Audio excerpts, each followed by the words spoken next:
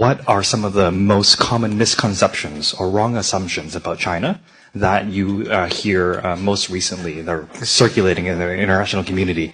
And what are some ways in which we, as the Chinese community, can do to respond to these misconceptions and wrong assumptions about us and China and how we see the world? Or what are these misconceptions and wrong assumptions from your perspective? Yeah. There are so many. It's not misconceptions, but actually it's disinformation. Look at, for example, the Belt and Road Initiative. How many countries have really benefited from the Belt and Road Initiative in terms of having infrastructure built?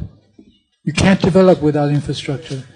Now, the building of infrastructure through the Belt and Road Initiative is now called a debt trap.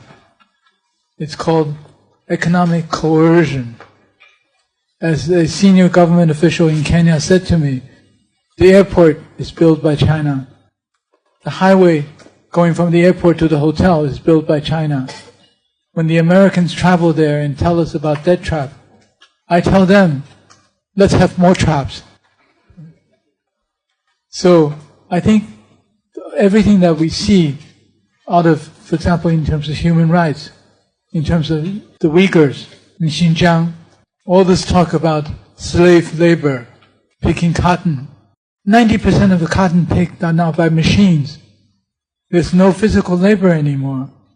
So these are just things which are just so outrageous that I think sometimes when I'm on TV, approached with questions like this, I get so angry.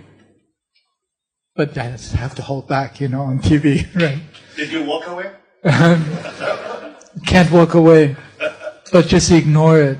And I think one of the things which we should do more is what we at the center would try to do is to project positive energy, positive side of what has been achieved in terms of China, what China has done for its people and for its neighbors and the Global South and the Belt and Road Initiative, and through trade enriched a lot of friends.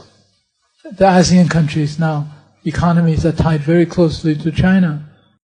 And I think increasingly the Middle East as well, MENA in North Africa.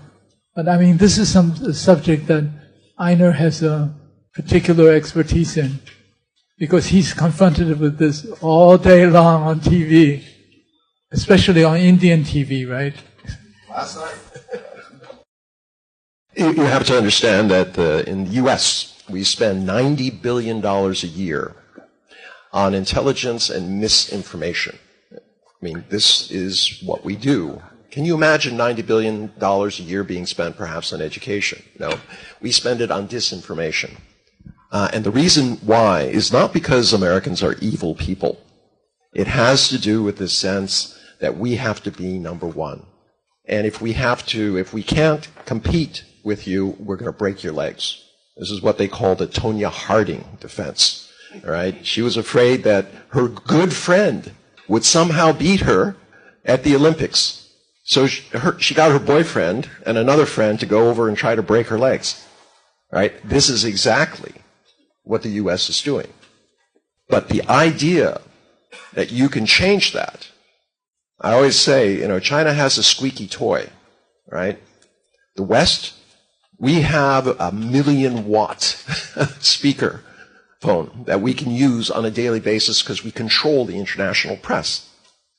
$1.5 billion was used by the U.S. government to train journalists how to write negative stories about China over 5 years.